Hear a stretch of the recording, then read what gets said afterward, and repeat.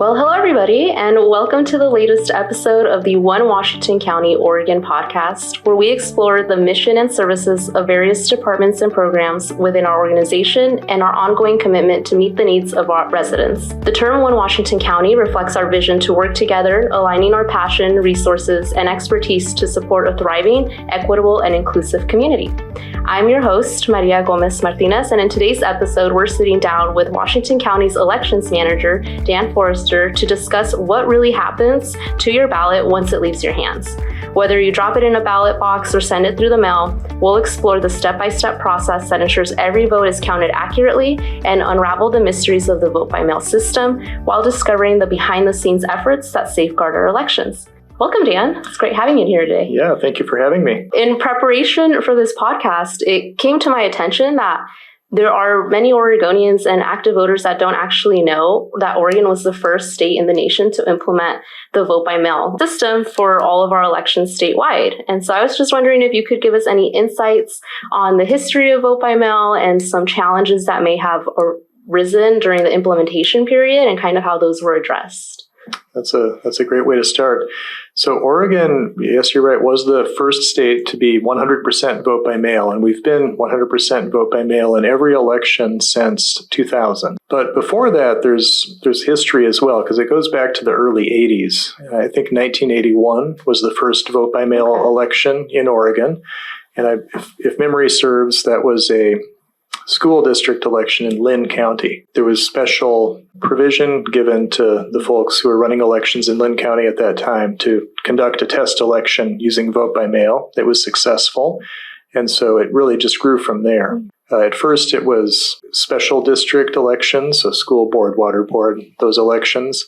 And then later, State of Oregon legislature authorized vote by mail for special elections. Okay. So, for example, in the mid-90s, there was an election to replace our senator at the time, and that was conducted vote by mail. And then, of course, in 1998 is when there was a ballot measure put on the ballot, a referral, and the voters at that time voted to conduct all elections with vote by mail. Oh, interesting. And then so since 2000, all elections have been vote by mail. Okay. Yeah. So some of the challenges were, in implementing it, people, they weren't sure about the security of the process, using the Postal Service to send out ballots and receive ballots back. The tests that they did and the gradual expansion of vote by mail over 2 decades in the last century really put a lot of those fears to rest when we discovered that we could, in fact, reliably send out ballots to every voter well in advance of Election Day. And folks had plenty of time to complete their ballots and return them. Also, the great innovation of the voters pamphlet, which makes sure that all voters have the adequate resources and knowledge to vote on every contest so that they know who the candidates are, so that they know what they're voting on when they vote for a measure. It's a great improvement over polling place elections where voters often will show up election day and they'll see things on the ballot that they had never heard of before. So. Okay. Yeah. No, that's really interesting. Thank you for that. I know in comparison, like with other states who have physical polling stations, some voters may feel uneasy with the number of hands that touch their ballot throughout the process from like the moment they put it in the mailbox to when it gets to the elections office. So could you kind of run down through the handling procedures that the county goes through to ensure that our mail-in ballots are free from fraud and manipulation, especially, as they're being handled through transit and storage by, the United States Postal Service, the elections workers that are picking them up, and at the elections office as well? Yeah, there are a number of steps. Elections administration is a complicated process. I don't know that there are necessarily more steps with the vote by mail system than there were previously with polling place elections, because with polling place elections, of course, it's very complicated. As a matter of fact, vote by mail compared to polling place elections is super streamlined. There's really a lot less entities involved. When you think about Washington County has 155 precincts. When you're administering a polling place election, that means that you have 155 minimum locations in the county where you have to coordinate and staff all of those locations. You have to make sure that all of those are run by trusted volunteers or workers. And so really in comparison, vote by mail is much more streamlined. We send all of our ballots out using a couple of trusted vendors. We receive them back through the post office and through drop sites. All of the ballots are counted in a central counting facility, which is our county elections office. But you asked about, just to walk you through the process and through some of those steps that currently exist. One thing that we're always paying attention to every step of the process is, the security of our information and of the ballots. That's paramount. And it's actually relatively easy to do that when we have a small number of vendor partners. So all of our ballots are printed by a trusted vendor that has been printing ballots for Washington County for almost 20 years. And they've actually been in the ballot printing business since the 1950s or 1960s. We have a long relationship with this vendor. And we also work with what we call a mailing bureau. And the mailing bureau is the company that takes the ballots and then assembles the ballot packets and gets them ready for mailing. And so both of these vendors are working in close cooperation to, really streamline the process and make sure that every voter gets the correct ballot. That's actually probably one of the most complicated parts of elections administration, is making sure that every voter gets the right ballot, because where you live geographically is going to dictate what ballot style you get. Okay. Yeah. So on average, how many ballots would you say are printed in a given election? Like with the upcoming general election, how many different versions should voters expect? We always have a minimum number of ballot styles equal to the number of precincts. And so in this election, we will have at least 155 to match the number of precincts, and likely a little bit more than that. The upcoming November general election, in terms of complexity, is a relatively simple election because there's very important offices on the ballot. There's important measures on the ballot, but we have relatively few measures on the ballot, local measures. We have some state measures. But that's really what's going to dictate the number of ballot styles. So we may have 200 ballot styles in this election. And then, of course, if you compare that to a really complicated election, like a primary, where we might have 800 or 900 different ballot styles, that's quite a bit different. And then after the ballots are picked up by the elections workers and they're brought back to the elections office, what steps do the ballots have to go through in order for those votes and ballots to be counted and verified toward the final tally of any contests that are going on? So when the ballots are coming back, I'll just step back a little bit from where you started. There's a couple of different ways that ballots come back to us. But the main ways are they come back through the mail, and that's approximately 40% of the ballots will come back through the mail. And the other 60% are coming back through our ballot drop site locations. And the ones that come back through the mail, they all come to one post office here in Hillsboro, and our staff go and pick them up, bring them back to our office. And then we also have teams of ballot collection workers going out to our 21 drop site locations in Washington County and picking up ballots. Depending on what kind of election we have and where we are in the election cycle, it could be a couple times a week, or it could be every day, in a busy election where we need to make sure that the ballot boxes aren't getting filled up. In both of these channels, the ballots come back. And we always have teams of more than one person going out to collect ballots. And so this is because anytime we are handling ballots, we want to make sure that there's oversight and there's not just one person, in the team. So we want to make sure that folks are watching each other. There are some functions that we do where we actually are required by statute to have bipartisan teams working together. In other words, not members of the same party. Okay. So the ballots will come back to the elections office, and there's actually a number of steps that happen once they come back into our facility. The first thing is they will go through one of our mail sorters.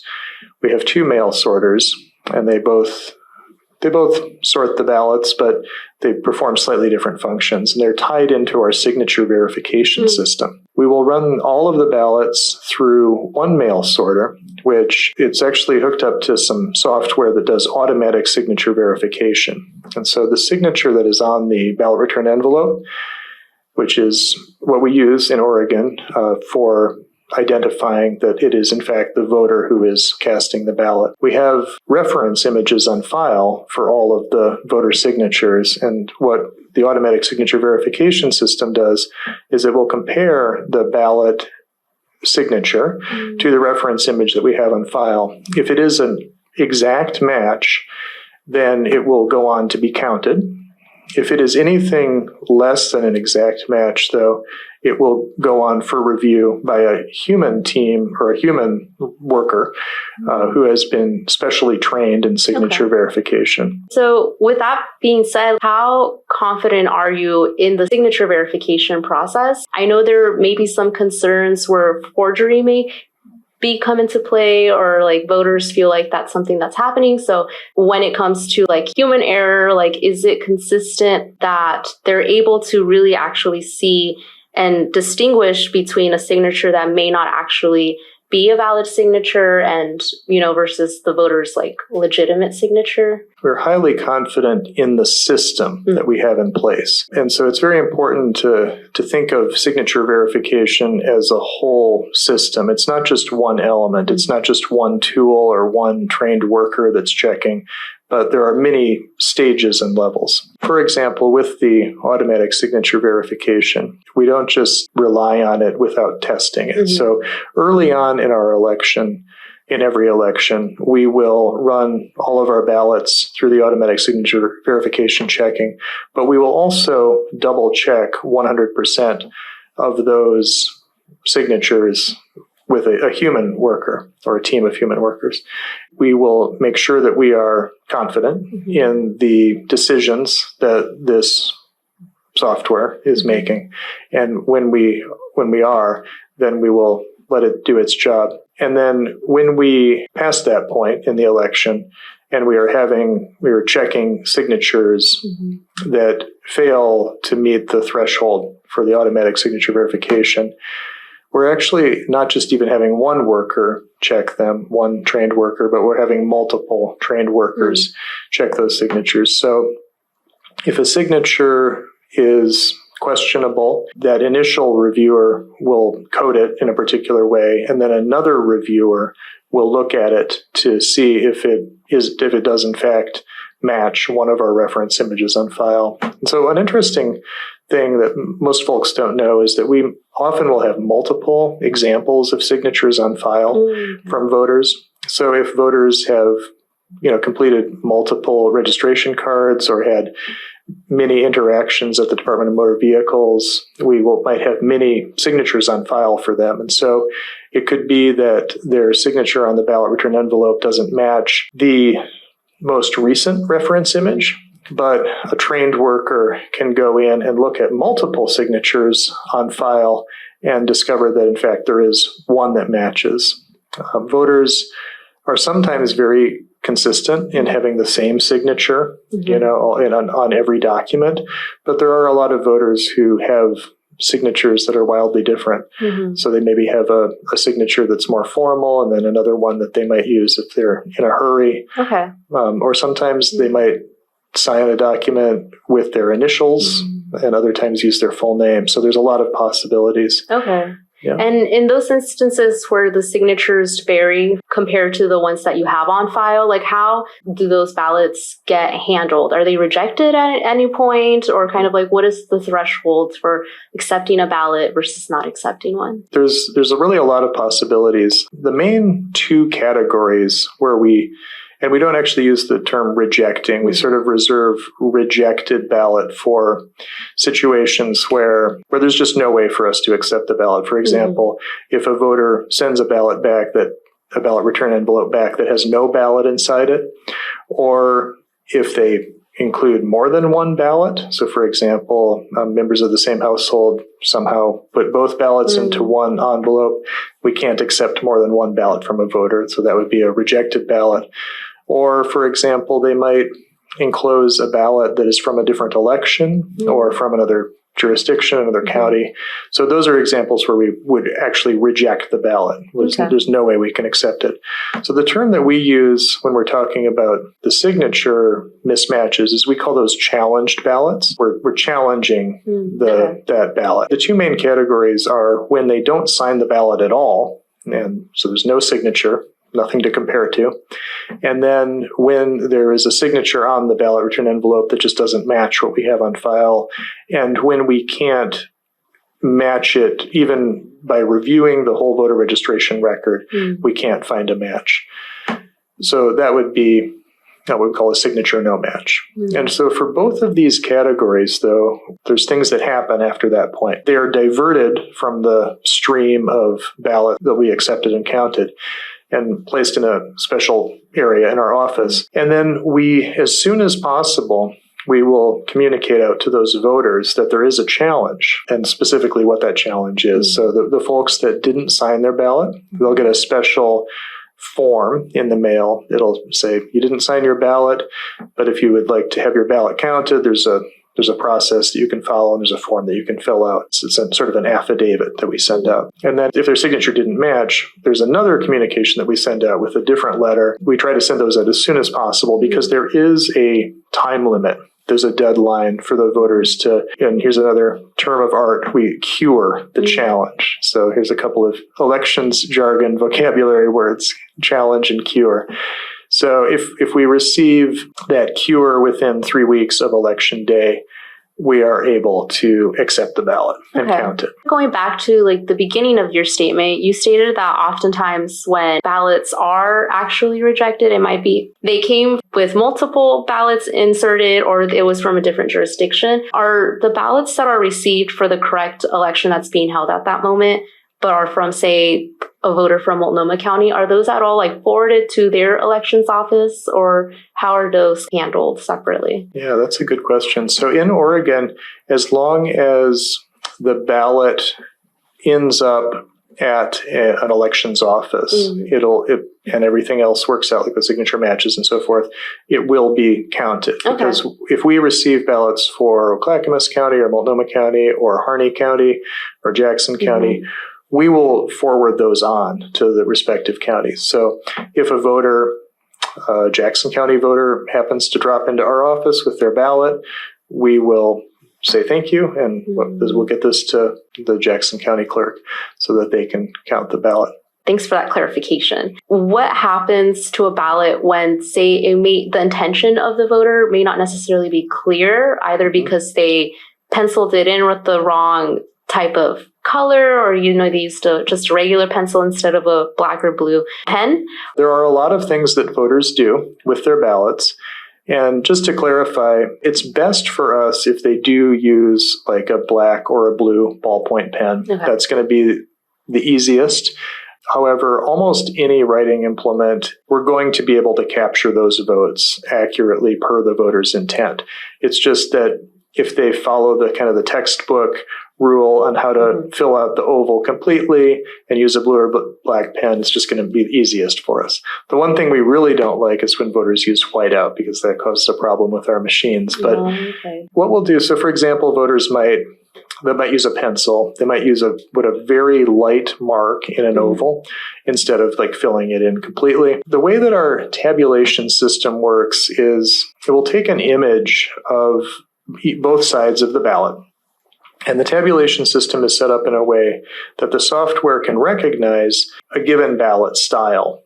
And it will know on this ballot style that it's looking at that the marks in those areas where the ovals are a mark for this candidate or that candidate, or yes or no on this or that measure. After election day is generally when we do this work, but we will review those cases where the system is showing less confidence in whether, this is a vote for the candidate or not, or for the measure choice, yes or no. And again, this is a case where you have a bipartisan team of workers, so two people working side by side who are not of the same political party. They will be looking at the ballot, and they will be making a decision that reflects the voter's intent. They will say, like, I think the voter meant this because they put a very light check mark for John Doe. That means that we should select that. Now, sometimes voters will do other things that are a little more mysterious, like they might fill in the oval completely for more than one choice, and we call that an overvote. And in those cases, we're not able to record a vote at all in that contest because it just is not clear that they meant one or the other. Okay. Sometimes, though, voters will fill in an oval completely, and then they'll change their mind. And so then what we recommend that they do is just cross out the choice that they made initially and then fill in another oval correctly. And so we will need to what we call adjudicate those ballots. It's another elections term. It's usually very clear what the voter had in mind. So if they cross out, they put an X through one of the choices, and sometimes they'll even write like not this one or this one, and they'll initial it or something like that. They don't need to do that, but it'll be very clear what they want. Okay. And so the human adjudication team will be able to make that choice. Those are some of the most common sort of adjudication decisions that we have to make regarding voter intent. Are there any safeguards in place in the elections office that prevent tampering that may be intentional or mishandling of ballots during the sorting and scanning process, particularly ballots that may come in as damaged? Do they need any type of special handling? In terms of ballots that come back damaged, we actually are able to process ballots that are pretty well damaged. But if they are torn, if they're torn all the way through, it might be hard for us to run that through our scanner. And so we follow what's called a duplication process. The way we do it in this office is we will scan or what we call a reference image or a ballot analog into the system, and then use the original ballot to code the votes appropriately into the system.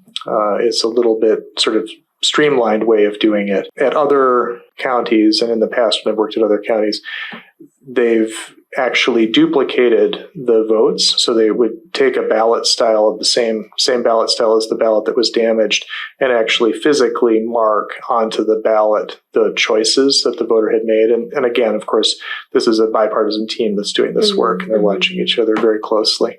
But the way we do it here at Washington County is just a little bit more streamlined and takes advantage of the capacity of the tabulation software that we use. Okay. Yeah. And touching base on the tabulation system actually kind of goes in very nicely to my next question. Recently there's been a lot of criticism that these systems may be vulnerable to hacking or errors. And even given the most recent global outage we saw with CrowdStrike's faulty system update, what assurance can you give the voters of Washington County that our systems are secure and accurate? The best part, or the sort of the best defense that the tabulation system has against hacking or other global outages like the one you described, is that it's actually just not connected to the internet at all. Okay. So it's completely separate from the internet or even just local county networks. It's on its own local network that's just entirely cut off from everything else. And so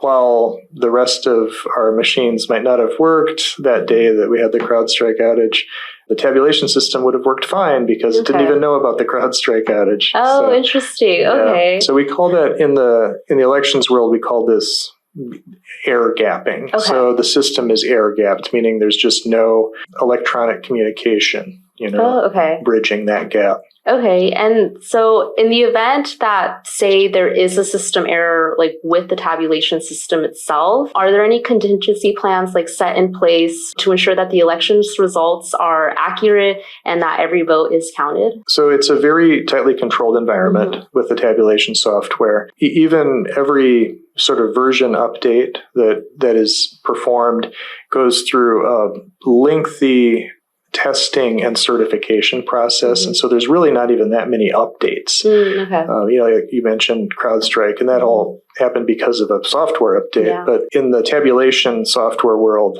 there are updates. They are constantly improving the software, but they're not just pushing out updates frequently. Okay. It's maybe once every couple of years we will get a new version that has new capabilities.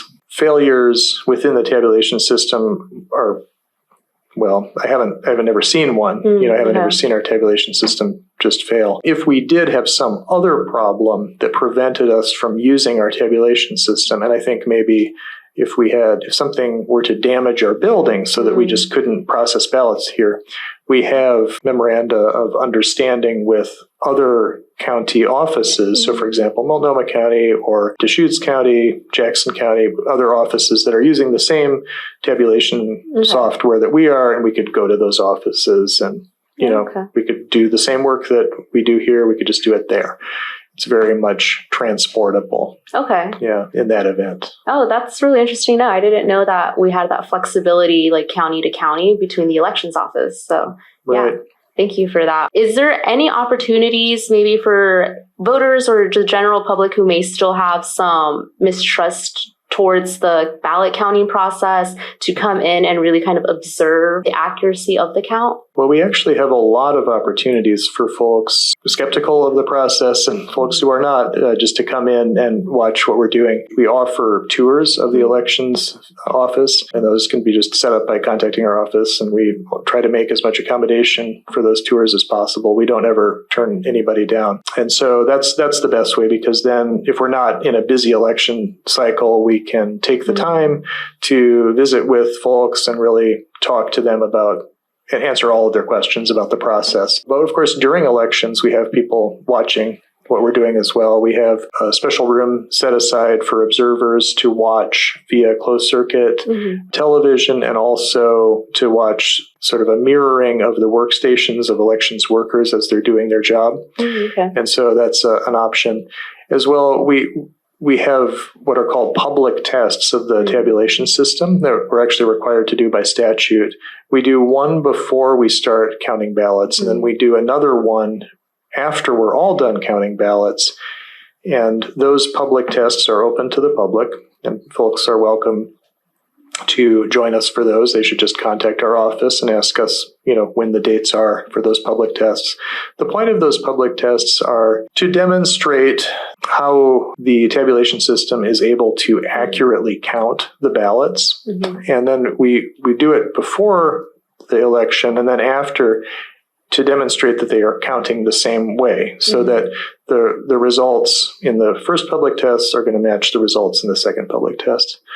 And I should also mention those public tests are actually kind of a summary version or a pared down version of a much more robust testing that we do prior to every election, where we create thousands, generally in an election like this one that we've got coming up, we'll have thousands of test ballots that will run through each of our scanning machines just to make sure that the results that the system is calculating are matching the independently calculated results.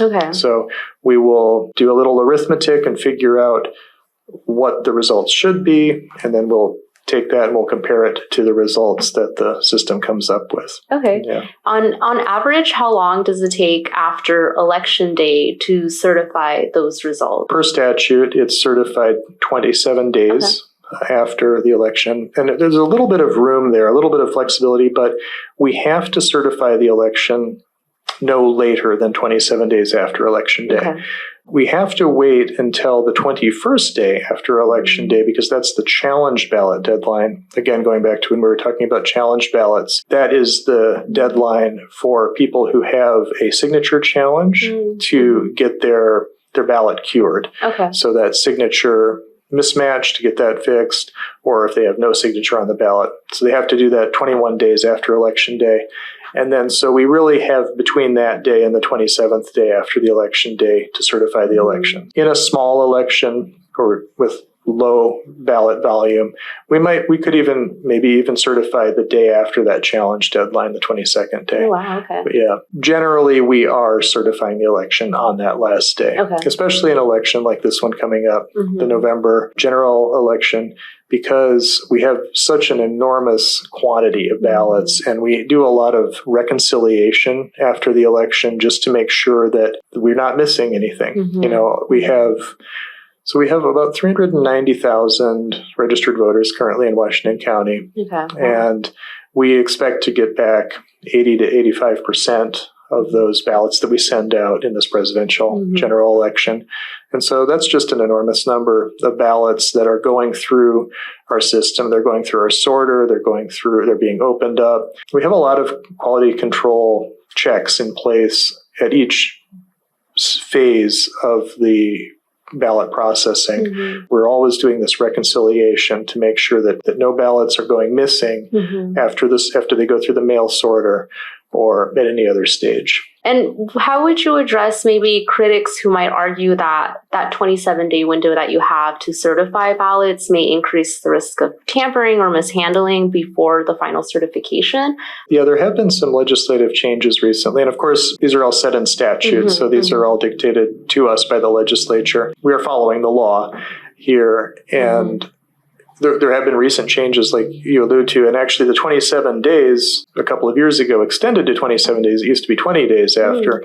When the legislature decided that we would be able to accept ballots postmarked on or before Election Day if received within 7 days of Election Day, that really extended the election window by another week. It used to be a few years ago, the certification deadline was the 20th day after the election. But then after that postmark law came into effect, they really had to extend that out because they had to push out the challenge ballot deadline. And then, of course, the certification deadline had to be pushed out too. In terms of critics who are concerned about, the possibility of tampering, just given the extra time, that's not exactly how I would frame it, of course, because I see that extra time for us as the opportunity, number one, to follow the letter of the law and make sure that we are capturing all of the ballots that should be counted. So, per state law, if a ballot is mailed on or before Election Day and postmarked on or before Election Day, we can count it. And so we are making sure that we are counting all of the ballots that are legally countable. And then the other piece, too, is as an election administrator and somebody who is responsible for doing that reconciliation and quality control, it is, for me, an opportunity to make sure that we are double-checking, triple-checking, quadruple-checking every part of the process and making sure that every ballot that we should have counted actually does get tabulated. And so that's how I would frame that. And we are, in fact, very busy that whole 27 days. It's funny because a lot of people, after Election Day is over, they think that everything's back to normal, but it's not. We're very busy, especially after like a presidential election where we have 300,000 ballots or more that we have to process. We're very busy through that whole period. That's a lot of ballots to handle. Are there any specific trainings or preparation that those temporary workers have to go through before they begin handling ballots and processing them? Yeah, there are some more entry-level positions that we have, and then some positions that we have which really require multiple years of experience. For example, we talked a little bit about signature verification, and those people will all go through a state mandated signature verification. They call it a forensic handwriting analysis course. And so those folks will complete that training. And then we actually will do Washington County signature training on top of that to supplement, really refine those signature verification skills. So that's a position that has a lot of really specialized training. And then if we have people running our high-speed mail sorters, there's a sort of a technical experience that they need to have there, one that takes many years to really master. And then if people are helping us with customer service, so on the phones or at our front counter, helping voters in person, there's really a lot of things that they need to know about how the system works. They need to know the rules and the laws around vote by mail. They don't necessarily need to know the history going back to 1981 in Lynn County, but they need to know how districts work, how all of the deadlines around elections. So they have to be really conversant with that. And that's not the sort of thing that people learn in a week of training. It's really the sort of thing that they only learn after being here for several elections. And luckily, we have a number of people who have come back year after year, and we absolutely couldn't do it without them. I mean, we couldn't do it without our whole army of temporary employees, but in particular, those people who come back year after year, they're very dedicated temporary workers. Oh, wow. That's great to know. And I also just love the fact that they're temporary workers and not necessarily just volunteers. Right. So it's nice to know that, they're being compensated for their time and their efforts to ensure that our elections are run smoothly. But with that, is there anything else you would want to add to the conversation that maybe may not have been addressed that could be on the voters' minds, or anything that you would just want to highlight more? Yeah, I think the most important thing is just if anybody listening, has, concerns or questions about the process, it can seem like a black box, when you're on the outside and you don't know about how the whole system works, but we are very transparent. And so we're eager, in fact, to share with people how we do this work. And there's absolutely nothing in it that we hide. So we strongly encourage anybody to contact us and come and have a tour and sit down and talk about our processes, or come and watch an election. Or best of all, if they're really interested, they should apply to work here at Washington County Elections Division, and then they will really get a very good sense of how secure and safe this process is. With that concludes our episode for today. So thank you for joining us, Stan. It was a pleasure talking to you. And for the listeners that may be interested in really learning more about the processes, there are educational videos available on the elections website at washcovotes.org. And you can contact the elections office by calling 503-846-5800 to get more information on when those public tests will be held. So yeah, thank you. Thank you very much.